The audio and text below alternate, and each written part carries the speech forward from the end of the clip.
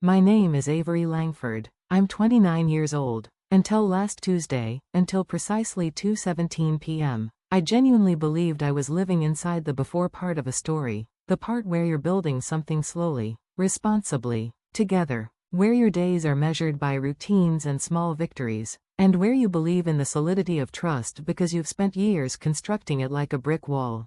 I never imagined the first crack would come in the form of a text message, a few words, almost offhand, ending with "lol," like it was some harmless update he'd forgotten to mention over breakfast. But that's exactly how it happened. Evan and I had been together 4 years. We moved in together 2 years ago in downtown Portland, a decent 2-bedroom apartment with big windows and the kind of street noise you learn to tune out. It wasn't glamorous. It wasn't a penthouse overlooking the river or the city skyline, but it was ours, or at least, I thought it was ours. We did the modern relationship thing: split rent, split bills, split groceries. We even had a shared spreadsheet for utilities, color-coded like a tiny domestic joke between us. Evan used to tease me for it. "You're married to your formulas," he'd say. He wasn't wrong. I work in IT project management. My life is calendars, sprint planning, stakeholder updates, budgets stretched thin like skin over bone. I am good at staying calm when everyone else panics, good at building systems that don't fall apart. And I had been building one system quietly since I was 19, my investment portfolio, my future house fund. It began with $200 a month in college, while friends spent part-time earnings on weekend concerts, last-minute road trips, brunches on Instagram. I didn't judge them. I just didn't want that. I wanted something solid, something I could touch one day and feel the result of patience, discipline, and planning. So I read books on investing, articles online, endless YouTube tutorials. I learned the language of index funds, dividend reinvestment, compounding, boring stuff, the kind that builds futures instead of momentary excitement. As my salary grew, from $45,000 fresh out of college to $98,000 now, I increased contributions automatically. It became routine, automatic, like brushing my teeth, discipline masquerading as habit. By last Tuesday morning, that account sat at roughly $127,000, not Wall Street money, not flashy or extravagant, but mine. Every deposit meticulously recorded, every dividend reinvested. 10 years of saying no to little luxuries to say yes to a life I actually wanted. Evan knew about it. I remember a lazy Sunday morning a year and a half ago, coffee on the nightstand, sunlight crawling across the sheets. We were lying together, half awake, half dreaming about the future, down payments, neighborhoods, yards or townhouses. He had asked casually, "Do you have anything saved?" I pulled up my Vanguard app and showed him. His eyes went wide, like I had just revealed a secret superpower. "Avery," he whispered, then kissed me hard. "This makes me feel secure, like we're really going to be okay." I remember the warmth in my chest, the pride, the relief. I never added him to the account. It had existed for 6 years before we met. I didn't think a shared password made trust real. But Evan had access to my laptop. He knew my passwords, not because I handed them to him ceremoniously, but because he had watched me log in dozens of times, because we lived together, because trust makes you sloppy in small, quiet ways. He also knew where I kept every financial document in the shared office, every folder labeled, every file organized. I trusted him, or I thought I did. Last Tuesday started like any other. I woke at 6:30 a.m., brewed coffee, packed my lunch, kissed Evan goodbye as he rushed out for his 8 a.m. marketing job at a tech startup. I left the apartment with the ease of routine, the comfort of knowing my system was solid. At work, back-to-back meetings swallowed me whole. Project reviews, sprint planning, budget allocations, stakeholder updates. My phone stayed silent, tucked away in my drawer. Silence equals focus in my world. I finally checked it around 4:30 p.m., during a bathroom break. One text from Evan, sent at 2:17 p.m. The words were casual, almost breezy. "Hey babe, I sold some of your stocks to clear my credit card debt. Don't worry, you'll make it back anyway. Lol, love you." I read it once, then again, then a third time. Repetition, Maybe the words would rearrange themselves into something different. Maybe this was a joke. My heart pounded in my ears. My hands went cold, even though the office was warm. A sharp, ugly part of me wanted to believe it was a mistake. Maybe he meant his stocks. Maybe our joint account. Except we didn't have one. I didn't need to overthink it. I knew exactly what it meant. My legs moved before my brain could catch up. I grabbed my jacket, told my manager I had a family emergency, practically ran to the parking garage. In the car, hands trembling, I dialed Vanguard's customer service line. "Thank you for calling. This is Jennifer. How can I help you today?"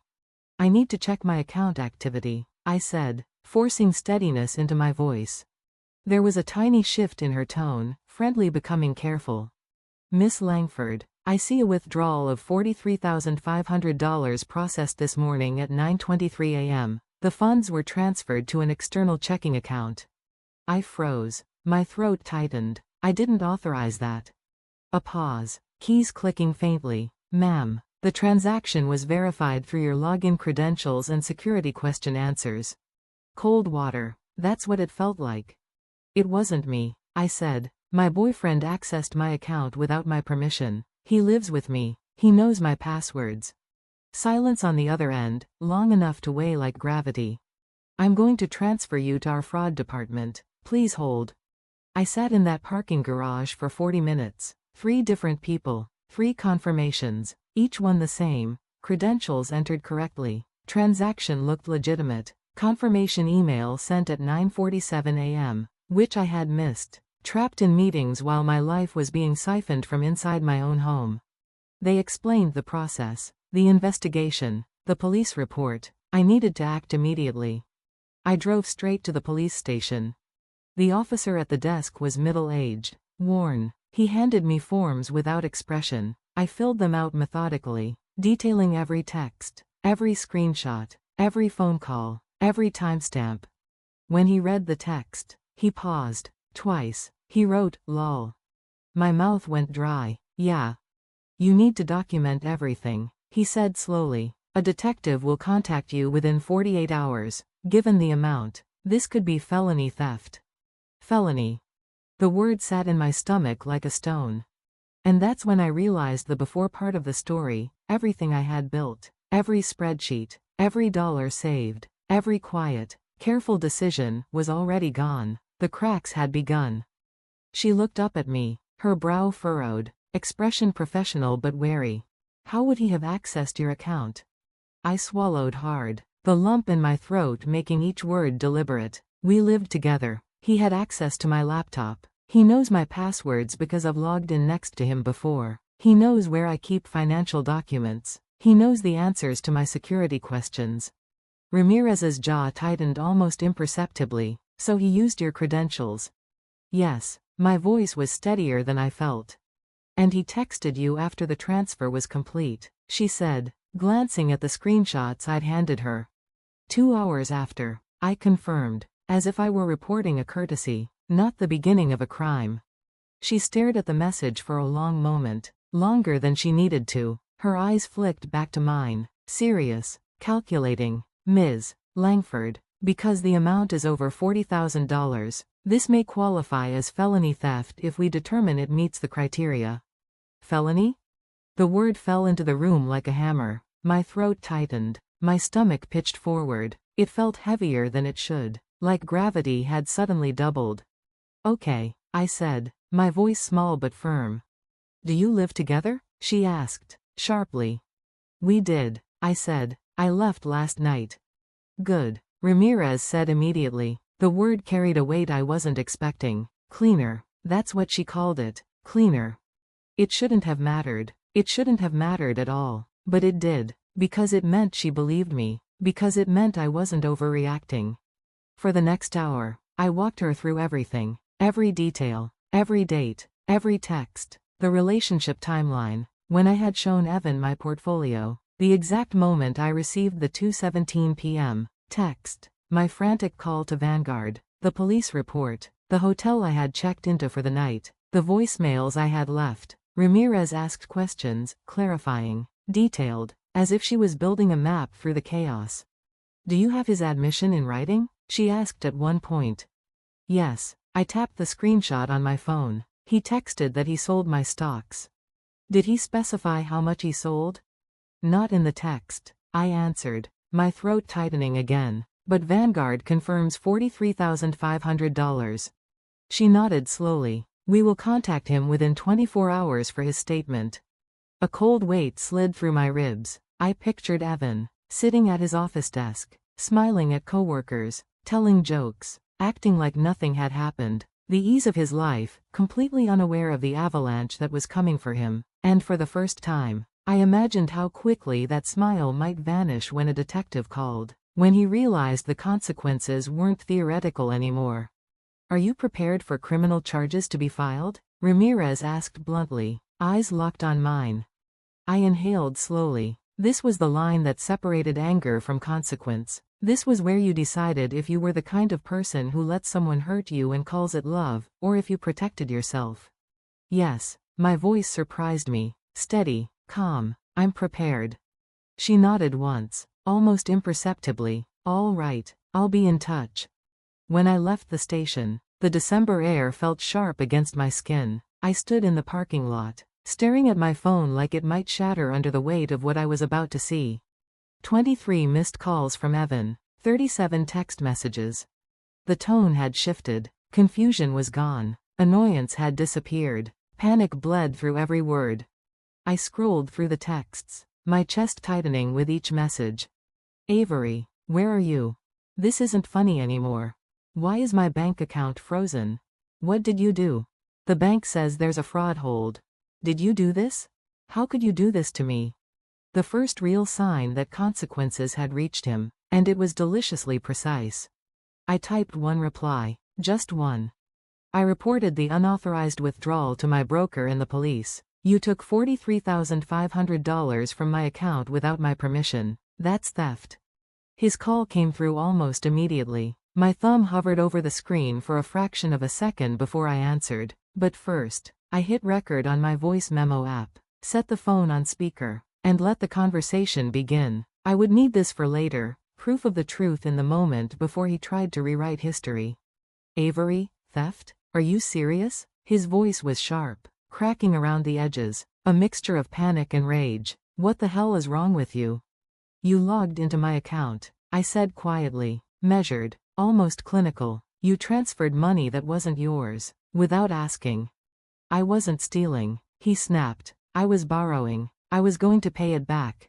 When? I asked. My voice was calm, terrifyingly calm, even to me, like I was leading a meeting, not bleeding inside. How? He exhaled hard, words jagged. I didn't know exactly, but I would have. I just needed breathing room. Then you should have talked to me, I said. You should have asked. There was a pause. Then his voice dropped, soft, dangerously soft, vulnerable, begging. Because I didn't want you to see me like this, he said. I didn't want you to think I was irresponsible. I didn't want to look like a failure. For half a second, a flicker of sympathy tried to rise. Because I'd loved him. Because I'd seen him stressed, exhausted, fearful. Because I had held him on nights when sleep eluded him. And then I remembered the text. Don't worry, you'll make it back anyway, lol. Casual entitlement, disrespect, the dismissal of everything I had worked for, every late night, every careful dollar saved, every spreadsheet meticulously maintained.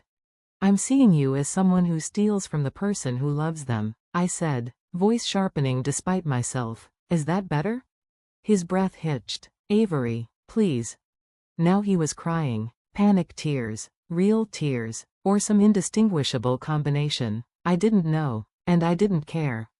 Please don't do this. I made a mistake. I'll do whatever you want. I'll fix it. Just drop it. You didn't make a mistake, I said, throat burning. You made a choice, a series of choices. You entered the amount, confirmed the transfer, and then texted me after it was done like it was cute. I didn't think you'd care this much, he sobbed. Something inside me went quiet, completely silent. Because that sentence told me everything I needed to know. He didn't think I'd care. He didn't think my decade of discipline mattered. He didn't think I deserved basic respect.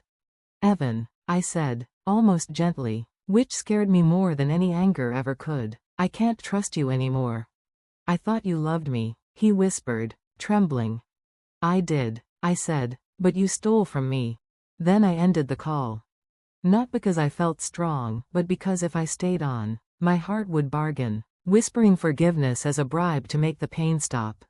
I stared at my phone, the recording saved, the evidence stacked, and I knew the next 24 hours would be worse, because the detective hadn't even called him yet. And when she did, Evan wasn't going to crumble quietly. He was going to make sure everyone around him felt the blast.